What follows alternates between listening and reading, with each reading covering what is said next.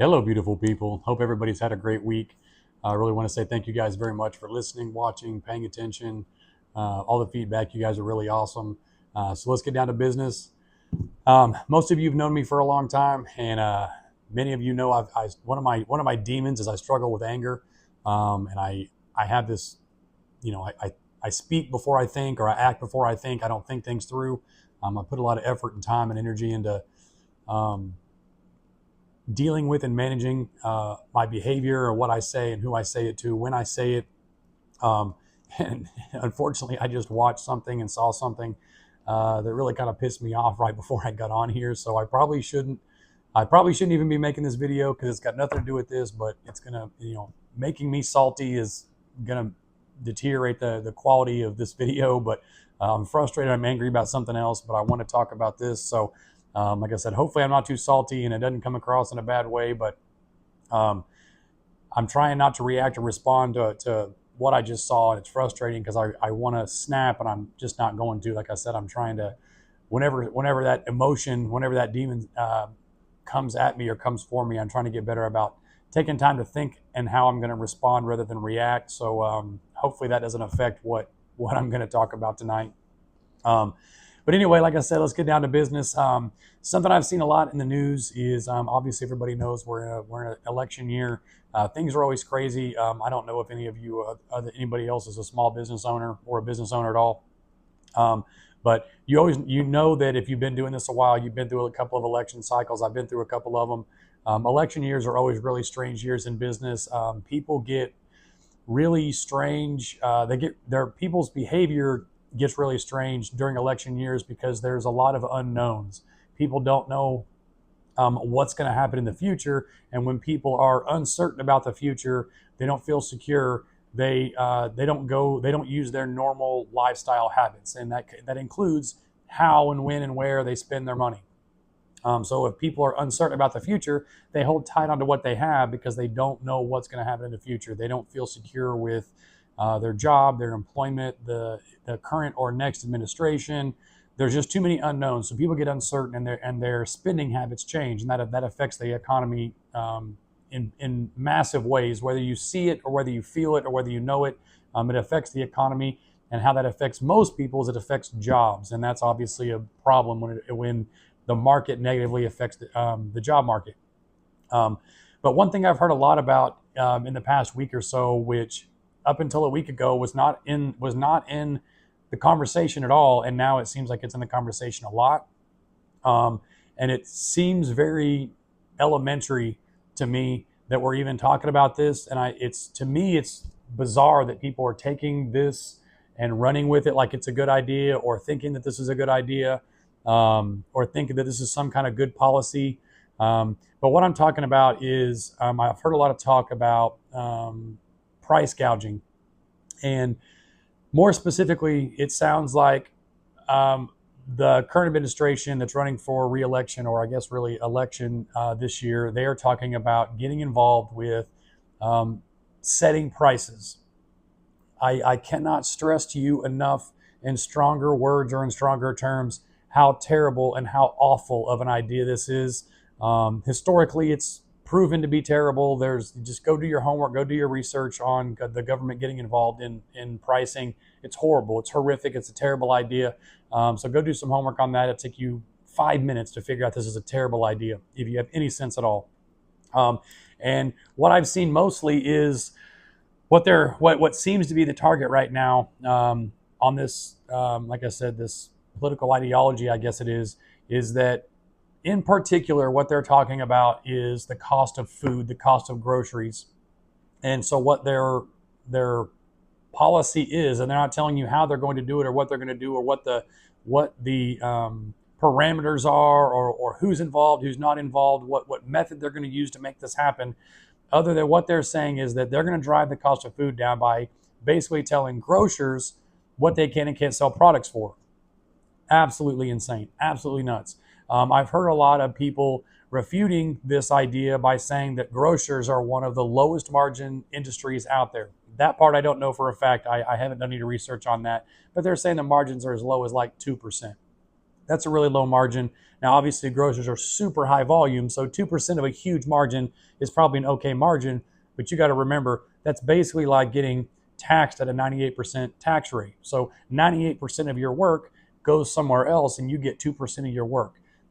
So for grocers to put in 100% of the effort and give away 98% of their revenue and only get left with 2%, that's a pretty low percentage. Like no other that I know of or I'm aware of, no other industry or no other business entity could survive on a 2% margin. It's impossible.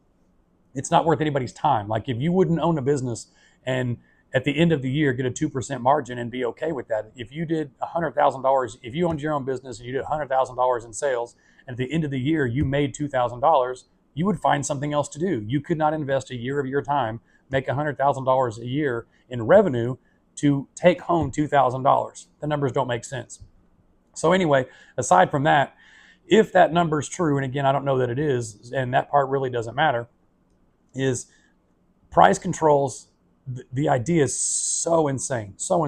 And what I mean by that is, number one, I tell people a lot is one of my driving forces about retirement and finances is I see from a distance what putting the federal government in charge of something does to that thing over time. Very few things, if anything. I don't think any rational thinking human being could sit and name 5 things the government does really well. The federal government in the United States does really well. You couldn't name 5 things. And side note, if you and I say do well, I would say doing well means efficient, effective, things like that. When you mention the federal government and programs like that, a lot of people say, well, it doesn't necessarily have to be an efficient program as long as it's effective. And what they typically use as an example is the FDA. The FDA is not supposed to be efficient. It can be a money pit as long as it's effective. And that's a good argument, but you can't prove that the FDA is effective. It's not. Our food quality is worse than it's ever been. People are sicker in this country than they've ever been. The obesity in this country is completely out of control. It's a disaster. It's a complete disaster. So if you want to use the FDA as an example, you need to at least prove its effectiveness if you want to disregard its efficiency. So it's not efficient. It's not effective. So that's a terrible example. So if you can point me in the direction of an effective government program, I'd be happy to look at it, and it might change my mind. I'm open-minded to new information, and I'll look at it, read it, and figure out if I can at least agree, even if I don't like the program, I can at least agree that it's of use and helpful to people and not a complete waste, because government waste is beyond out of control. So back to price gouging and price setting. Like I said, one of the reasons why I want to be financially free is that I see how the government, the federal government in particular, the state and local governments function a lot different. So I'm speaking specifically about Washington, D.C. and the federal government and bureaucracy. I do not want, and this is the point that I'm trying to make, I do not want the federal government being in charge of my golden years in any way whatsoever. So when most people go to work and they get their check, they're seeing some of their money taken out of their check to go into Social Security, that's going to go to Medicare, Medicaid, and their retirement. I'm not saying I don't want my money back when I get older. I do, but I don't want to live on the peanuts that they give me back. Okay, if that money, that same money that if the government wasn't taking that money out of my check, and I was to invest that money in the same denomination over the same period of time that the government's taking out of my check for the entirety of my career, if I would take that same amount of money and invest it with reasonable returns, I'm not even saying excellent returns, 3, 4, 5%, a normal return, that money would be worth millions of dollars at the end of my working years, my working career. And I would have a lot of income. Even if I don't dip into that money and I lived off the interest alone, the gains alone, I would have a lot of income to live off of through the entirety of my life if I retired at 65, 70, whatever it is. And these retirement ages are ridiculous anyway. I mean, imagine working from the time you're 18 to the time you're, I think when I look at my Social Security statement, which you can go online and look at yours for free just so you see what it looks like. But I think to get the highest amount, I think you get to retire at 75. 75. You work in time from the time you're 18 to the time you're 75. And I think the amount of money that you would be getting right now, let's say if you retired, work that time, I think the amount's like $4,500 or something like that. If I would have taken that same amount of money from the time I was 18 and invested it weekly, bi-weekly, however I get paid for the course of my career, the amount of income I would have at the age of 65, 70, 75 would be so much more than what the government dangles over my head every single voting season that I'm going to get my Social Security. I'm going to get this money. Like it's so bizarre that that's what they use as leverage to get your vote or whatever the case is, or to stop government shutdown. We're going to have to shut down Social Security. It's so crazy. So I don't want to be dependent on whatever that money is. So even though the government's taken it from me and wasted most of it and spent it on stuff they weren't supposed to, when I get to 65, 70, 75, whatever age I retire, I don't want to be dependent on Medicare, Medicaid, and I don't want to be dependent on my Social Security check. I want to be completely free of government dependency in my golden years. I want nothing to do with the government. I want the government to have nothing to do with my life at that time. And if I'm being perfectly honest, I want the federal government to have nothing to do with my life now. Okay, so if I'm being completely transparent, like our government's lost its mind. It's completely crazy. It's berserk. Spending is completely out of control. Doesn't matter what political party. These people are so power drunk. They're so used to spending and blowing other people's money. You got one side talking about how they're going to not tax tips, and they're going to give people with children tax breaks and all this stuff. Like they're just so nonchalant about how they're going to spend other people's money. And then the other side's now bringing up the same point that they're not going to tax tips and they're going to, equally distribute wealth. These people are so cavalier about spending other people's money, and we're so used to it. It makes me sick. Like it blows my mind. I hear all these people talk about, these federal programs. This is federally funded. This federal this, a federal that. The government has no money. The federal government produces nothing. They manufacture nothing. They produce nothing. Every single dollar that they have, that they give back to states, that they give to citizens, is money that they either printed at interest that we have to pay or stolen from us. Stolen from us. They have to take money from us to fund their escapades and this bizarre reality that we live in. There's no such thing as federally funded. There's no such thing as government program. This is all money that they either print at interest we have to pay or taxed from us. Some of you know, most of you know, I'm on city council in our city here, and it blows my mind how often and how frequently cities, municipalities, counties, states have to apply for federal grants to get money to their states for schools, for roads, for parks, for all this stuff. So the citizens of this city pay all this money to Washington, D.C. to have their local municipality beg the federal government to get the money back. And of course, it's not going to be the full amount. It's going to be in fractions and bits and pieces because so much of it's lost in bureaucracy and federal payroll and administrative fees and all this nonsense. So all the citizens of this city, of this state, send their money to Washington, D.C., and the municipalities and the states have to beg to get some of it back. They have to apply to get some of it back. And the federal government just picks and chooses who gets this money. It's the craziest thing. I mean, the more you think about it, the crazier it gets. And this is considered normal to these people in Washington because they're so drunk on power. They're so used to having other people's money. Like, how easy is it to sign a bill where you're giving hundreds of millions of billions of dollars to other countries, or hundreds of millions of billions of dollars to technology and private firms and these huge corporations for technologies and for the pharmaceutical industry, how easy is it to write them checks when none of that money comes out of your pocket? It's the craziest, most bizarre thing, which again is another. I circle back to this. I want the federal government to be the least possible amount involved in my life now, the course of my life, especially my retirement, when I'm completely defenseless and helpless and hopeless and all that. Like, I don't want the federal government, I don't want to rely on them for anything. I don't want to rely on them for a nickel. I don't want to rely on them for a dime. I don't want to rely on them for housing, for food, for healthcare, a doctor, medicine. I don't want the federal government involved in anything to do with my care and my livelihood. So when I say that, I feel the same way about the government trying to get involved in setting prices. It's the most insane, bizarre thing.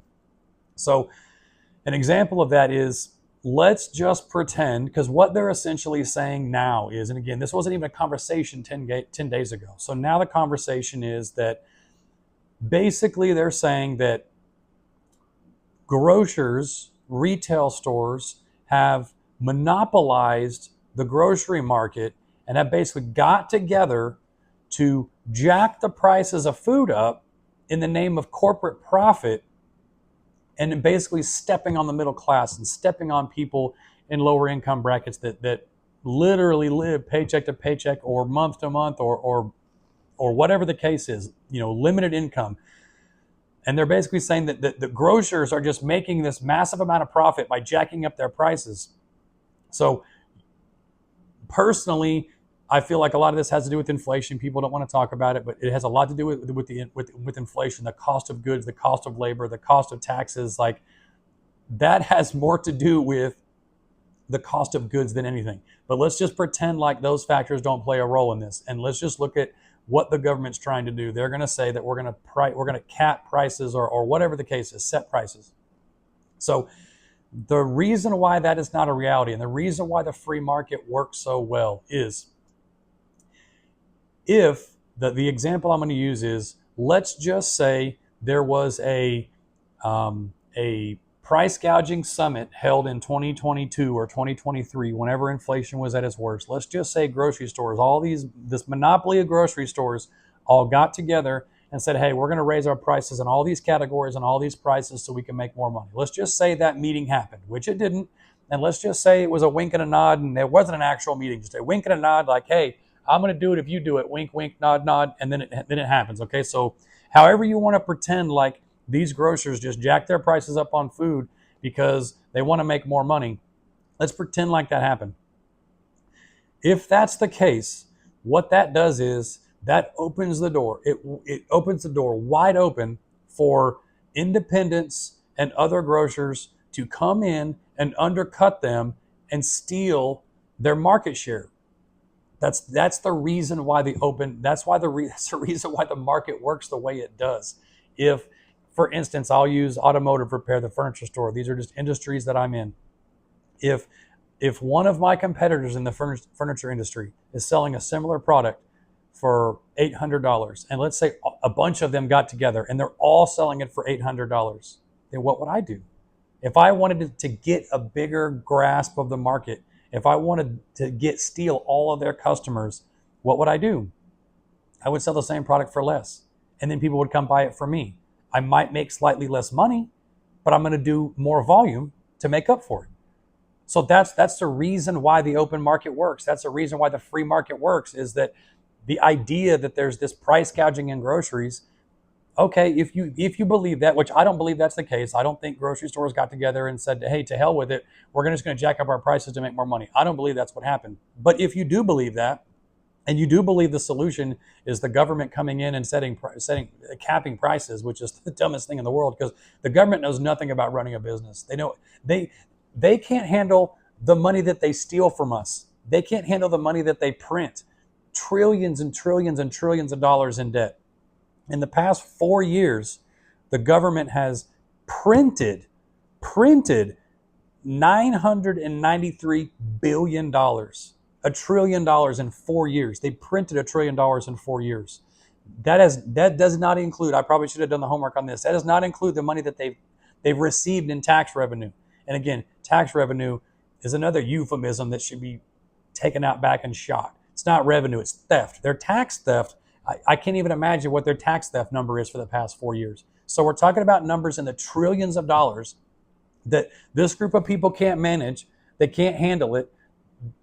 The estimates that I've seen, wide-ranging estimates, from 30% to 78% of every dollar that the federal government receives goes to interest payments. And I probably need to do a little bit more homework on it to find out what that number is, because there's a big window between 30% and 78%. So let's just go in the middle ground and say 50. 50% of every dollar you pay in taxes goes to an interest payment. 50%. That is so far beyond your comprehension. It's insane. I mean, people get onto credit card companies for charging 25%. Buy here, pay here. Car lots charge 22, 24%. And people say that's a crime. They say it's criminal to charge somebody with no interest, no job history, no credit, bad credit, whatever. You charge that person 22%, you're called a criminal. But the federal government charges 50%, is paying 50%. 50% of the tax theft that they make is going to interest payments. And every single time that they borrow money from the Federal Reserve, it's the craziest terms that they use, that the Federal Reserve still prints and loans if the U.S. government money based on the full faith and what is it? I'm drawing a blank. The full faith and credit of the U.S. government. The full faith and credit, or what? Like, what are you talking about? Like, no bank, no friend or family member, no car dealership, no mortgage lender, no shark in the world would loan anybody any money if your debt to income ratio was negative every single year for decades, and 50% of your income was going to interest payments. Nobody would loan you a nickel. Nobody. You would get laughed out of a bank. You would get laughed out of a car dealership. If you took your financial documents and you said, yeah, I make $5,000 a month, but I spend 10, and of the 10,000 that I make every month, or the 10,000 that I spend every month, 5,000 of that goes to interest. Nobody, I mean, it's the crazy, we live in the craziest economic financial system that has ever existed in the world. And if people really understood how it worked, you'd go bananas. You would lose your mind if you really understood the size of these numbers and how this money moves around. And these are the people that have collectively over the course of decades, and really it's been 110 years or whatever since the Federal Reserve came to be. So in the past 110 years, decade after decade after decade, the federal government has borrowed more and more and more and more for these people, and our tax dollars are getting paid to interest. It's not even going to a good cause. It's going to an entity that has no government oversight whatsoever, cannot be audited, doesn't file tax returns. Like, it's the craziest thing. It's so bizarre and so crazy. And then you want to tell me that the federal government should be more involved in our lives? Man, where are the politicians saying less government? We need to get out of your life. But they're not. Both sides want to be more involved in your life. They want to be more involved. They want to find solutions for problems. Man, y'all have done too damn much. We're tired of your solutions. We don't need your help. You're making things worse on everybody. We need to go back to a free market. We need less regulation. We need fewer taxes. Like, this is the craziest, most bizarre upside down world thing I've ever seen or heard in my entire life. But they want to get more involved. They want to decide who gets more money. They want to decide who pays more taxes. They want to decide if you work in this industry, you don't have to pay taxes. Like, look, I've worked in the service industry. I know what it's like. No tax on tips. I'm all for no taxes on labor. Let's talk about no tax on labor for everybody. Let's not pick and choose who gets to pay taxes on their labor. That is the most bizarre. But again, people are so naive and gullible. It's pulling votes. It's pulling people in. I see pictures online of people posting whenever it's either the server or somebody cashing out at a restaurant. They get their credit card receipt and they write the tip and they write the total and they write on there, no tax on tips, vote Trump. No tax on tips, vote Kamala. Oh, I'm furious. I'm furious. You don't get to pick and choose who pays taxes on their labor. Like, that is crazy. And we're falling for it. That we are falling for it. Nobody should be paying tax on their labor. That is bizarre. It's crazy. I'm getting sidetracked. Let me get back to price gouging and price capping and price setting and all this stuff by the federal government. And the reason why I'm saying all that is because I'm frustrated, I'm furious, and the government is way too involved. The federal government is way too involved in our lives and in our money and in our resources. And this getting more involved with the way grocery stores run is the worst possible idea. Like, they just keep coming up with these more and more terrible ideas. They keep trying to come up with these novel ideas to get people involved in and to buy votes. They're trying to buy your vote. Are you for sale? Like, are you that cheap that you're for sale, that you want more government involvement in your life? Wake up, wake up. What do they say? The last thing you want to hear is the government tell you, we're from the government and we're here to help. That is the last thing you want to hear. You don't want the government to interfere or intervene in your life whatsoever. Any government program is a bad idea. Any government solution is a bad idea. They create problems and tax you and sell you a solution. It's a crooked system. It's terrible. It's awful. And we're making it worse every election cycle because we're convinced that this guy or this guy or this girl is going to solve our problem by taxing us more. It's crazy. So anyway, back to the grocery store example. If we really think that the government getting involved in setting prices is going to solve the solution, it's the worst possible idea because it messes with the free market. The free market works because it sets a standard. And if people go crazy on their prices, that's why, airlines is a really good example. Airlines is a commodity. Most people shop by, of course, some people want comfort.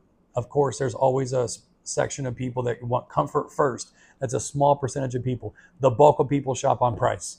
Same with groceries. The bulk of people shop on price. Some people pick and choose their grocery store, but their grocery bill is very similar. Whether you shop at this grocery store or this grocery store, might be a couple dollars here or there, and you shop at one because you prefer the other. But it's a commodity. But I guarantee you, if you went to one grocery store and they were 50% higher than another grocery store, regardless of how nice this was, if your money was tight, you wouldn't be shopping there. You'd be shopping at the other grocery store with very similar products for 50% less. It's crazy to have the government involved in price setting. It's the dumbest idea, and I can't believe people are taking it seriously. As soon as it was brought up, they should have been laughed out of the room, and it's not. It's getting amplified. So here is a quick list of, just to give you an example, I put together in maybe 10 minutes a quick list of restaurants and retail stores that have either let me not use laid off because I didn't really do a search for laid off people. That's probably a completely different list of people. But this is a list of restaurants and retail stores that have closed, either filed for bankruptcy or closed locations. Lots of locations, not like closed one or two, but closed lots of locations or filed for bankruptcy just in the past 2 years. Okay. So here's the list. And like I said, this took me about 10 minutes to put together. I probably clicked on 4 links to put this list together. It took me longer to write the names than it did to find the names. So if I would have looked longer, I would have came up with a bunch more. But in 2 years, these are businesses that filed for Chapter 11 or closed multiple stores, lots of stores. So here's the list I came up with quickly. TGI Fridays, Mod Pizza, Outback Steakhouse, Applebee's, Boston Market, Red Lobster, Tijuana Flats, Denny's, Cracker Barrel, PDQ, Hardee's, Burger King, Steak and Shake, Pizza Hut, Church's Chicken, California Pizza Kitchen, O'Charlie's, Corner Bakery, Uno Pizzeria, Shoney's, Witch, Joe's Crab Shack, Romano's Macaroni Grill, Fuddruckers, Johnny Carino's, Quiznos, Rubio's. Those are restaurants. Now I'm going to go to retail stores. Walmart, Best Buy, Sears, Party City, Target, Walgreens, Rite Aid, Bed Bath & Beyond, Bye Bye Baby, Journeys, CVS, Dollar Tree, Family Dollar, Stop and Shop, The Body Shop, Macy's, Rue 21, Foot Locker, 99 cents only, Express. Okay, so my question to you is, Did all of these people miss the price gouging summit? Were they not invited to the table to talk about price gouging and raising their prices? Like, what happened to all these people? If it was just a matter of all these companies getting together and raising their prices to make all this money, why are they closing stores? Why are they filing bankruptcy? Why are they laying all these people off? It makes no sense. Now, again, I understand why these businesses no longer exist. But the government's telling you a completely different scenario. They're telling you a completely different narrative, a completely different story. These people, like, do you think Walmart wasn't a part of the retail store price gouging summit? You don't think they were invited to the table? You don't think they would just jack their prices up to make more money if they could? I know I promised y'all shorter videos. Okay. Long story short, these businesses are filing Chapter 11 bankruptcy and closing stores for lots of reasons. Lots and lots and lots of reasons, okay? And we can talk about those if you like. But the reality is that there is not a boogeyman out here in the retail market, in the retail restaurant space, of people getting together behind closed doors to jack up prices to screw consumers. It's not happening. It's not happening, okay? There's a huge market adjustment going on right now. There's a lot of things happening. And there are things going on with businesses that are fairly difficult and complex to understand. But I promise you, nobody wants to file Chapter 11 bankruptcy. Nobody wants to lay off hundreds, if not thousands of people. Nobody wants to close stores. Nobody wants to take people out of the job market, job force. Like, they don't want to do that. I promise you.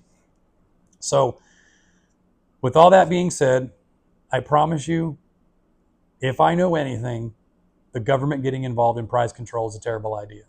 The government getting involved in not taxing people's labor selectively, it's a horrible idea. Both sides have that wrong. We're in bad shape right now. We have an election coming up, and we're forced to choose between two really bad options. And it's frustrating because there are boots on the ground out here. There are people out here that have real issues, real problems, real struggles, and the people in Washington, D.C. are so disconnected from reality, and they're so high up in their ivory tower that they can't even imagine what it's like to be out here. And they're dictating policy and spending our money like they're at Chuck E. Cheese and somebody gave them a gift card or something. I mean, it's crazy. It's insane. It's frustrating, and I'm over it. I'm so over it. Anyway, there's probably like 10 other things I wanted to say during this, but I'm already way past my time. But really frustrated, really irritated. Don't buy it. Don't be gullible. Don't think no tax on tips is the answer. Don't think more government involvement is the answer. Don't think, the government going after private industries to set their prices is a good idea. It's horrible. It's awful. It's a terrible idea. Oh, and going back to somebody's probably going to tell me that one of the things that the government does that's most effective but not efficient is military. And there's a huge whole nother debate on military. And I shouldn't say military. I should say defense, because that's the way it's worded. But that's a whole nother debate. It's a whole nother issue. But one thing I will say about that is, please do not forget that in 2001, Donald Rumsfeld went on television and said that the Pentagon lost track of and cannot find $2 trillion. Okay, that's an amount of money that you can't even get your head around. I know we throw these numbers around all the time, hundreds of millions and billions and trillions. I know we talk about these numbers all the time, but $2 trillion is a number you cannot get your head around when it comes to, you cannot find, or we lost $2 trillion, okay? So anyway, way over on time. Appreciate y'all for listening. Thank you. Use your head, wise up, do your homework. This is crazy. This is not a good situation to be in. We're in a bad situation right now. Does not look like it's getting better anytime soon. And a lot of what I talked about, this doesn't even include small businesses. This doesn't even include, more regional type businesses. These are mostly national chains, national brands. Can't imagine the devastation this has wreaked on small businesses in small towns. So anyway, We'll get back to some more of this later. I appreciate y'all for listening. Thank you for watching. If you want to see or hear something, let me know. You guys are awesome. I love you. Y'all take care of each other. Bye.